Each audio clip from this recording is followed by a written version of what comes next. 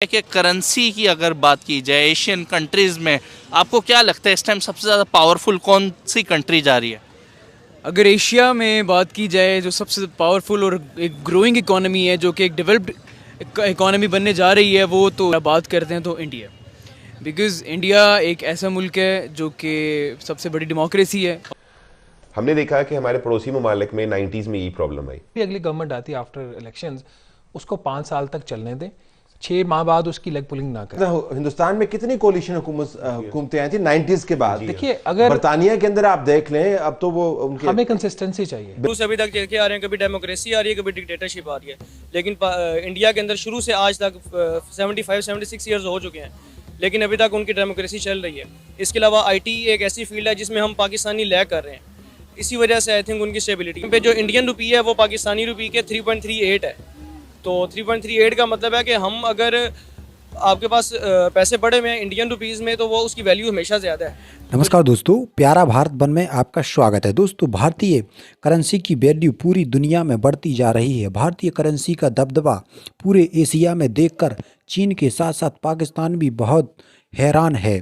पाक मीडिया का कहना है कि मोदी मॉडल को पाकिस्तान में भी लाना चाहिए। तो चलिए दोस्तों, पाक मीडिया और जनता की इस पर क्या राय है, वीडियो शुरू करते हैं। हमारे तो ताल्लुकात अब हमारे घर में अच्छे नहीं है, तो हम दूसरों के साथ कैसे अच्छे होंगे? तो उनके तो हर मुल्क के साथ अच्छे ताल्लुकात हैं, जैसे कि उनके साथ अमेरिका के साथ बड़े अच्छे ताल्लुकात हैं। अगर उनके ऊपर अभी कोई मुश्किल आ जाए तो साथ ही अमेरिका ने कहना मैं तुम्हारे साथ हूँ, तो हमारे साथ आए तो कहेगा इनको मारो और मारो।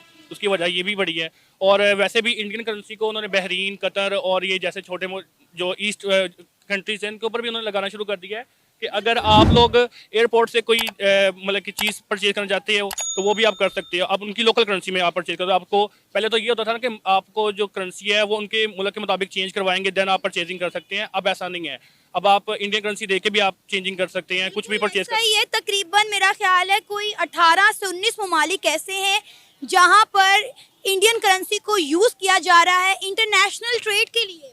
जी ऐसे ही है, ये तो होगा अब तो आहिस्ता आहिस्ता। जैसे कि उनकी देखे ना, उनकी जो मुल्क को तरक्की कैसे कर रहा है। उनके मुल्क में एप्पल स्टोर आ गया, मर्सिडीज उन्होंने बनानी शुरू कर दी है, टेस्ला उनके मुल्क में आ गया। हमारे मुल्क में तो वो अभी तक कुछ भी नहीं ला रहे और लाना भी नहीं चाहते। वो कहते हैं कि ये लोग तो हमारी ऑडी का ख्याल नहीं रख सकते, तो हम लोग ये यहाँ पे अपना ब्रांड एम्बेसडर कैसे हम बनाएं इनको। तो अब ये देखे ना कि उनके करेंसी की वैल्यू कितनी ज़्यादा बढ़ गई है कि डॉलर के मुकाबले में आपको पता है सिर्फ 2 मुल्कों की करेंसी ऐसी है जिनकी वैल्यूज बढ़ी हैं, एक बांग्लादेशी टका और एक इंडियन INR। तो उसकी वजह देखे ना आप कि हमारे मुल्क में करप्शन कितनी है। हर बंदा तो करप्शन के चक्करों में है कि भाई मैं जो कमा रहा हूँ ना उसको मैं ऑनलाइन ट्रांजेक्शन ना करूँ, मैं कैश पे काम करूँ। और कैश पे इसीलिए कि उसका प्रूफ नहीं होगा। ऑनलाइन ट्रांजेक्शन करूंगा तो मुझे टैक्स पे करना पड़ेगा, मैं फाइलर होना पड़ेगा। नॉन फाइलर रहूंगा तो मेरे पैसे 2-3 हज़ार रुपया बचता रहेगा। पाकिस्तान में कोई कॉन्सेप्ट ही नहीं है डिजिटल पेमेंट का, ऑनलाइन ट्रांजैक्शंस का। अगर हम बात करें तो आपको पता है कि इंडिया में एक बेकारी भी कैश में भीख नहीं लेता, उसने भी गले में QR स्कैनिंग कोड पहना होता है कि भाई आपने अगर भीख मुझे देनी है तो मेरे इस कोड को स्कैन करे और मुझे भीख दे दे। वहाँ पे यहाँ तक कि छाबड़ी वाला, रेड़ी वाला, बेकारी तक वहाँ पर कैश नहीं लेता। और हमारे यहाँ पर डिजिटल पेमेंट का, ऑनलाइन पेमेंट ट्रांजैक्शन का कोई कॉन्सेप्ट ही नहीं है, लोगों को पता ही नहीं है ये होता क्या है। अभी जैसे कि आपने सुना होगा कि पेपाल पाकिस्तान में आ रहा है, ठीक है, लेकिन आ रहा था, अब उन्होंने क्या हम नहीं आ रहे, अब नहीं आएगा क्योंकि उसे पता है कि ये लोग हमारा फिर हमें डिग्रेड ही करेंगे। हालांकि वो इतनी बड़ी एक मतलब समझ लें कि उनकी फ्रेंचाइज चल रही है, कितना बड़ी वो कंपनी लेके चल रही है। हमारे यहाँ पे जैज़ कैश इसी तरह चलता है, हम लोग तो उसको नहीं अच्छी तरीके से सपोर्ट करते। हम तो उसमें भी 2 नंबरी करने के चक्करों में होते हैं। और आपको ये भी पता होगा कि जैसे कि स्टेट बैंक ने इस साल लास्ट ईयर में कहा था कि भाई मतलब कि 50,000 की अगर आप ट्रांजेक्शन करते हैं तो उसके ऊपर मैं आपसे 6% लूँगा, ठीक है। अब आप 50,000 की ट्रांजेक्शन करते हो, आपको 600 रुपया कटिंग होगा, तो हर बंदे की जान जाती है मैं 600 रुपया दूँ इनको, 50 पैसे भी मेरे हैं, निकलवाने भी मैंने हैं, 600 रुपया भी मैं ही दूँ। तो ये वजह भी है ना कि लोग टैक्स की ये शरह कम कर दे, सूद की शरह कम कर दे, तो फिर लोगों को भी इश्यूज़ नहीं होंगे। देखें, इसके अंदर सबसे मेन फैक्टर और सबसे कांस्टेंट फैक्टर ये है कि उनकी जो पॉलिसी कंटिन्यूशन है ना वो बहुत स्ट्रॉन्ग है। अगर आप मोदी रिजीम की बात करते हैं तो उसने अपनी GDP में एक जो मेजर सेक्टर है जिसको सर्विसेज सेक्टर कहते हैं, उस पर उसने इतना काम किया है कि वो पाकिस्तान के कंपैरेटिवली देखा जाए तो 51 टाइम्स स्ट्रॉन्गर सर्विसेज सेक्टर है as compared to Pakistan India का, ठीक है। और सर्विसेज सेक्टर आपका वो सेक्टर होता है जो कि प्योरली ह्यूमन कैपिटल बेस्ड होता है, बिल्कुल, ठीक है। और अगर आप बात करें ह्यूमन कैपिटल की तो एक तो उनके पास इतना रिसोर्सेज है ह्यूमन कैपिटल के हवाले से, दूसरी बात उनके पास स्किल्ड लेबर है, तीसरी बात वो जो अपनी स्किल्ड लेबर है उनको वो इतना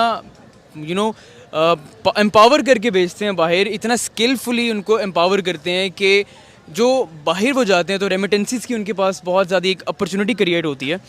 तो ये कुछ मेजर फैक्टर्स हैं। उसके अलावा उनके पास जो उनके इकोनॉमिक पॉलिसीज़ हैं, उनके फिस्कल पॉलिसीज़ हैं, उनके एग्रीकल्चरल इंडस्ट्रियल पॉलिसीज़ हैं, ये इतनी रोबस्ट हैं कि मुझे लगता है कि पाकिस्तान को, most of the people won't agree with me on this, but I reckon कि पाकिस्तान को अपने डिप्लोमेटिक कॉन्फ्लिक्ट से निकल कर अगर आप सोच सकते हैं तो आप ये ज़रूर देखें कि किस तरीके से हमारे एक दिन बाद आज़ाद हुआ मुल्क आज कितना आगे हमसे। बिल्कुल। तो मुझे लगता है कि अगर हम लोग एक नज़र दौड़ाएं अपने एक नेबरिंग कंट्री के ऊपर कि किस तरीके से वो किस फुट स्टेप्स को हम फॉलो करके हम उसके नक्शे कदम पर चलते हुए अपनी इकॉनमी को स्ट्रॉन्ग कर सकते हैं। क्या वजह है कि अगर ईरान से गैस पाइपलाइन गैस लेने का मुआहदा जरदारी साहब कर गए थे, लेकिन अमेरिका के प्रेशर में आके जो है वो हम अभी तक उसको कंटिन्यू नहीं कर सके।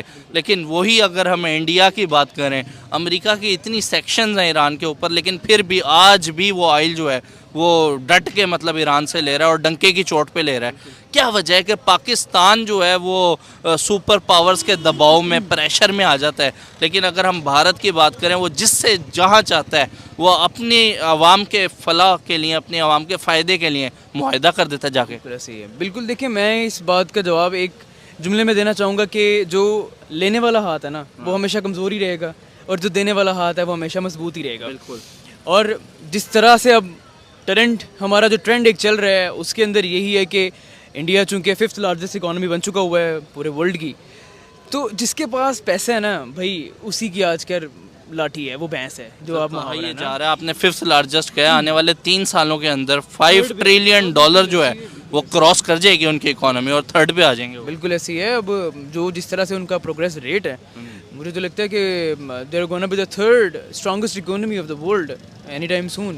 अच्छा, I have a question for you कि बहुत सारे पाकिस्तानियों का जब चाइना की बात की जाए तो हमारी नज़र में तो वो सुपर पावर बन चुका है, पाकिस्तानियों की मोहब्बत इतनी ज़्यादा है चाइना के साथ। लेकिन अगर हम करंट सिनेरियो के ऊपर स्टैट्स पे रह के बात करें, बहुत सी मल्टीनेशनल कंपनीज़ हैं जो अपने प्लांट्स को इस टाइम चाइना से माइग्रेट करके भारत में ले गई हैं और इस टाइम भारत के अंदर जो है वो काम हो रहा है। और जिस चाइना की हम बात करते हैं कि वो बहुत आगे निकल गया है, वो सुपर पावर है पाकिस्तानियों का, वही चाइना आज के टाइम में भारत से रिक्वेस्ट कर रहा है, वो भी थोड़ी बहुत नहीं, 25 मिलियन टन आयरन की जो है वो रिक्वेस्ट की गई है कि जो ईरान का लोहा है, वो जो इंडिया का लोहा है, वो कहते हैं दुनिया का सबसे बेहतरीन लोहा है, और वो उन्होंने रिक्वेस्ट की है जिसको इंडिया ने डिनाई कर दिया है कि इंटरनेशनल इन्वेस्टमेंट इतनी ज़्यादा भारत में आ रही है कि हम उसको अपने लोकल लेवल पे, लोकल मैन्युफैक्चरिंग के अंदर इस्तेमाल करेंगे, लेकिन हम चाइना को नहीं देंगे।